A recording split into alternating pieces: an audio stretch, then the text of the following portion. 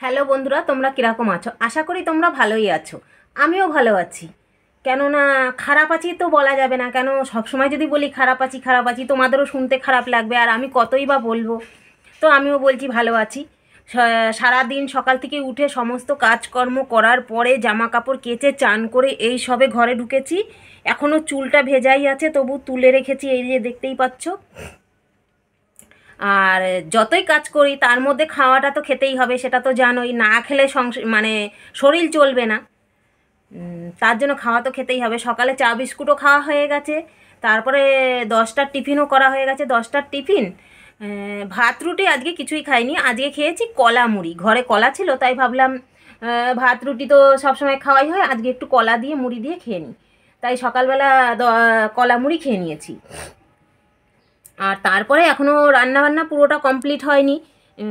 ভাত হয়ে গেছে, ডিম সিদ্ধ হয়ে গেছে। আজকে বাজারে যাইনি, যেহেতু বাজার অনেক ঘরেই আছে, তার জন্য বাজারে যাইনি আজকে। ডিম করব, আর দেখি অন্য তার সঙ্গে কি করি। অনেক কিছুই আছে বাজার, সবজি বাজার।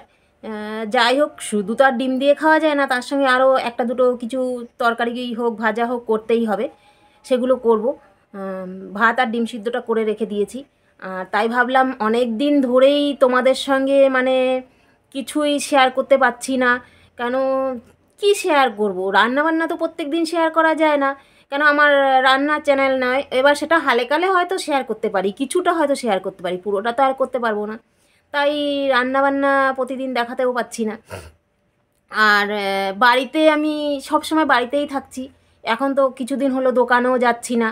আর কোথাও দূরে ঘুরতে যাব, যে সেটা তোমাদের সঙ্গে শেয়ার করব, সেটাও দূরেও যাওয়া হচ্ছে না। কেন, দূরে যেতে গেলে অনেকগুলো টাকা পয়সার দরকার। কেন, একা একা দূরে কোথাও যাওয়া যায় না, যেতে হলে 2-3 জন যেতে হবে। আর 2-3 জন যাওয়া মানে আমি যদি কাউকে নিয়ে যাই, তার খরচাটা তো আমাকেই দিতে হবে। কেন, সে তো আর তার নিজের খরচায় যাবে না, সে কেন ফালতু যাবে। এবার যদি বলো যে তোমরা ঘরের লোক যাবে, হ্যাঁ, যদি আমরা 2-3 জন যাই, দুজনও যাই, তবু তো একটা খরচা আছে। এখন তো সেভাবে আমার কাজকর্ম কিছু নেই। তারপরে যাই হোক, ছেলে আর বর কম বেশি যাই হোক কাজ করছে, সেটা দিয়েই চলছে। আর ভাড়া বাড়ি থাকলে তো তার জানোই কি খরচা। কারেন্টের বিল ডবল দিতে হচ্ছে।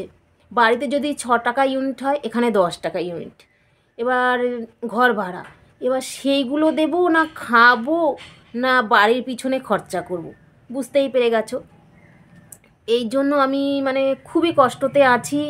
কেন, আজকে 1.5 বছর হতে চলেছে আমি ভাড়া বাড়ি আছি। 6 মাসে বাড়ি হয়, সেটা আজকে 1.5 বছর লেগেছে। 1.5 বছর ভাড়া থাকা মানে তো বুঝতেই পেরেছো।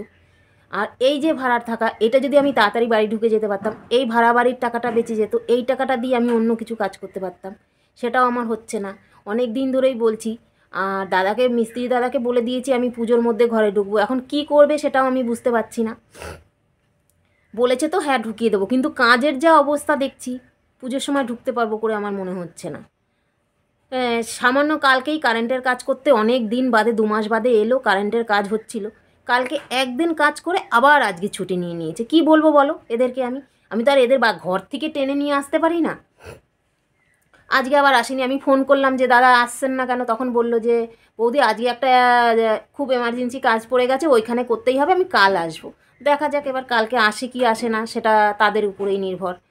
আর আহ, মানে আমি এইখানে বসে ভিডিও করছি, চারের পেছন দিকটা আমার হয়তো বাজে লাগছে দেখতে, কিছু করার নেই। আমার ছোট জায়গা, আমার এরকমই থাকবে। তাতে কেউ যদি বাজে কমেন্ট করে, আমার কিছু করার নেই। এর আগে একদিনকে একজন কমেন্ট করছিল যে তোমার ঘরটা গোছানো নেই, অগোছানো, ছড়ানো ছিটানো। হ্যাঁ, আমার এতটাই কম জায়গা, এতটা কম জায়গার মধ্যে সমস্ত জিনিস রাখতে হচ্ছে, তার জন্য আমাকে অতটা গুছিয়ে আমি রাখতে পারছি না। কোথায় গুছিয়ে রাখবো? আর ইঁদুর, বেজি, সমস্ত কিছুই আছে ঘরের মধ্যে। মনে হয় শুধু আমি একা নেই, তার সঙ্গে আমার সঙ্গে আরও অনেকেই থাকে এই ঘরে। নতুন নতুন জামা কাপড়গুলো সব ইঁদুরে কেটে দিচ্ছে, কোথায় রাখবো, কী করবো? আর বাড়িতে তো মানে যা জিনিসপত্র ছিল বেশিরভাগটাই জানো, তোমরা দেখেছই।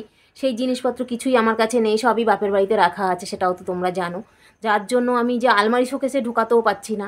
একটাই বাক্স আছে, সে একটা বাক্সের মধ্যে আমি কত কী রাখবো? ওই বাক্সতে তো আর জামা কাপড় রাখা যায় না, তবু এখন যে দুটো না রাখলে নয় সেই দুটো রাখছি।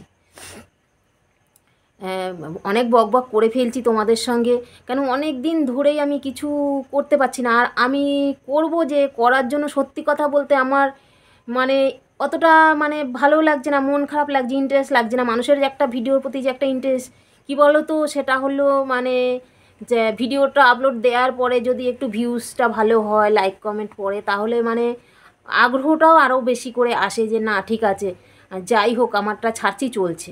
কিন্তু সেভাবে আমার ভিডিওগুলোও চলছে না, যার জন্য আমার মনটা আরও খারাপ হয়ে যাচ্ছে। আমি এত সারাদিন খাটাখাটনির পরেও আমি কষ্ট করে যেভাবেই হোক শর্ট ভিডিও প্রত্যেক দিনই কম বেশি দিয়ে যাচ্ছি, তারপরে এই বড় ভিডিও করার জন্য চেষ্টা করছি, কিন্তু কি করব বলে ওই জন্য আর করে উঠতে পারছি না। 1 সপ্তাহ হয়ে গেল এই বড় ভিডিও ছাড়তে পারছি না।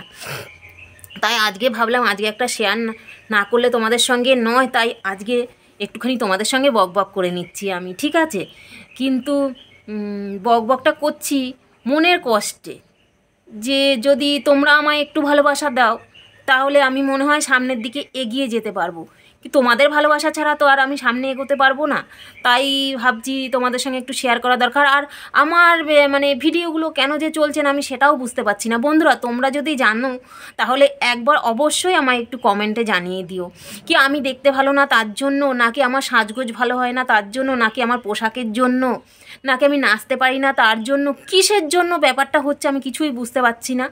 অবশ্যই একটু তোমরা যখন মানে উপরের দিকে উঠে মানে আগিয়ে গেছো তাহলে তোমরা নিশ্চয়ই এটা ভালোভাবেই জানো। তাই আমাকেও একটুখানি অবশ্যই তোমাদের বন্ধু হয়ে উঠতে চাই, তাই তোমাদের ফ্যামিলির একজন হয়ে উঠতে চাই, তাই তোমাদের কাছে রিকোয়েস্ট করে বলছি তোমরা অবশ্যই আমায় একটু কমেন্টে জানিও যে আমি কিভাবে করলে পরে আমার মানে ভিউজটা একটু ভালো হবে। এখন আমি সেটা বুঝে উঠতে পারি না, চেষ্টা করি যতটা দিতে মানে ছাড়তে ভিডিও, কিন্তু তাও ছেড়ে উঠতে পারছি না। যে কষ্ট করে করছি কিন্তু কি হচ্ছে, একদমই ভিউজ হচ্ছে না। কেন হচ্ছে না? আমার থেকেও দেখছি বাজে করছি কিন্তু তাদের ভালো ভিউজ হয়ে যাচ্ছে, কিসের জন্য হচ্ছে আমি বুঝতে পারছি না। তারপর এই ভিডিও করার জন্য তো তোমরা জানোই কত লোকের কত রকমের কত কথা শুনতে হয়, তবু সেসব শুনেও আমি চোখ নাক কান বন্ধ করে যাচ্ছি কষ্ট করে। শুধু তোমরা আমার পাশে থেকো, সাথে থেকো, একটু ভালোবাসা দিয়ে যেও, আর কিছুই চাই না। এখানেই রাখছি। যদি ভালো লাগে তবে লাইক কমেন্ট শেয়ার করে, চ্যানেলে নতুন হলে চ্যানেলটিকে সাবস্ক্রাইব করে অবশ্যই আমার পাশে থেকো, সাথে থেকো, একটু এগিয়ে নিয়ে যেও।